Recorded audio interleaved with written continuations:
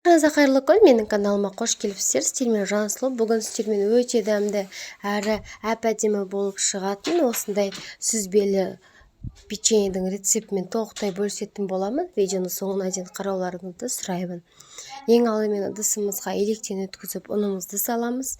Үстінен үй температурасында, үй жағдайында тұрған сары майымызды салып аламыз.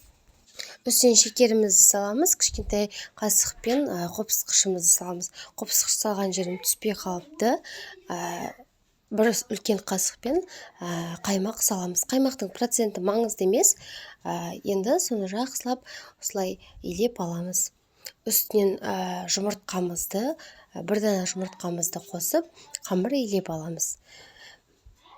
Міне бізде қамыр дайын болды, жұмсақ, өте әдемі қамырымыз дайын болды. Енді 10 минутқа тұндыруға қоямыз. Салмасына сүзбені саламыз ыдысымызға, үстінен қантымызды саламыз. Тәттілігіне байланысты салуларыңызға болады. Мен осындай қант қостым, және де үстінен үлкен қасықпен 1,5 қасық ұнды қостым. Үстінен бір дана жұмыртқамызды қосып аламыз, және үлкен қасықпен қаймағымызды, 1 столовый ложка қаймағымызды қосып, жақсылап блендердің көмегімен езіп аламыз. Кәдімгідей сүзбеміз әдемі, біркелкі езілген болып әдемі болу керек. Ішіндегі салмасы әдемі болса, өте дәмді болып шығады. Міне біздің салмамыз дайын болды. Міне барлығы толықтай араласып дайын болды. Енді алып қамырымызды, онымен тұнған қамырымызды алып, астына ұнымызды сеуіп, оқтаудың көмегімен домалақ етіп жайып аламыз. Қатты жұқа қылып қоймаңыздар. Қатты қалыңды қажет емес, орташа көлемдікте жеткілікті осылай етіп жайып аламыз. Менде дәл осындай кесетін бар, сонымен дәл осылай етіп, дөңгелекше етіп кесіп алдым. Сіздер ұзор қылып, ұзор жағынан да кессеңіздер болады. Немесе үйде бұндай кесетін болмаса, жай әшейін стаканның көмегімен, басқа заттардың көмегімен кесуге болады. Мен дәл осылай барлық қамырларымызды кесіп аламыз.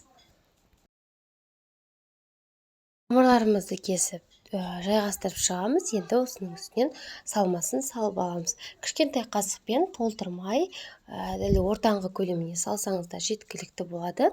Дәл осылай барлығына салып шығамыз.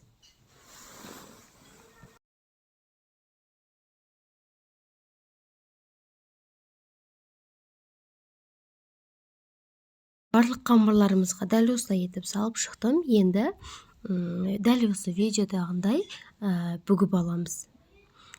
Шеттерін кішкене жабыстырамыз, өйткені шеттері ашылып кетпеуі үшін солай осылай жабыстырып қоямыз. Дәл осы бүгіп алған қамырларымызды барлығын пергамент бумаганың үстіне дәл осылай орнатып шығамыз. Енді үстінен жұмыртқамызды жақсылап араластырып, үстінен жұмыртқамызды жағып шығамыз. Мен жұмыртқаның сарысын барлығын араластырып қолдандым. Әдемі болып шығады. Сіздер сарысының өзінен де қолдансаңыздар өте әдемі болып шығады. Мен дәл жұмыртқаның өзін қолданып, жақсылап араластырып, бетіне әдемілеп жағып шығамыз.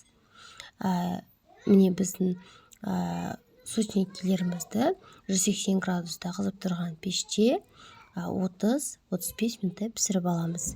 Міне біздің осындай сүзбелі печеньеміз дайын болды. Өте дәмді әрі әдемі болып шығады. Видеом сіздерге ұнатса, міндетті түрде лайк басып, комментарий қалдыруды ұмытпаңыздар. Әрі менің YouTube арнама тіркелуді де ұмытпаңыздар. Әлі көптеген видео рецептермен бөлісетін боламын. Сол себеп видеомды біріншілердің қатарынан көргілеріңіз келсе, міндетті түрде каналыма тіркеліп алыңыздар. Каналымда бұдан да басқа неше түрлі тағамдардың, тәттілердің рецептісі бар. Кіріп көре аласыздар. Келесі кездескенше сау болыңыздар. Сіздермен болған Жансұлу.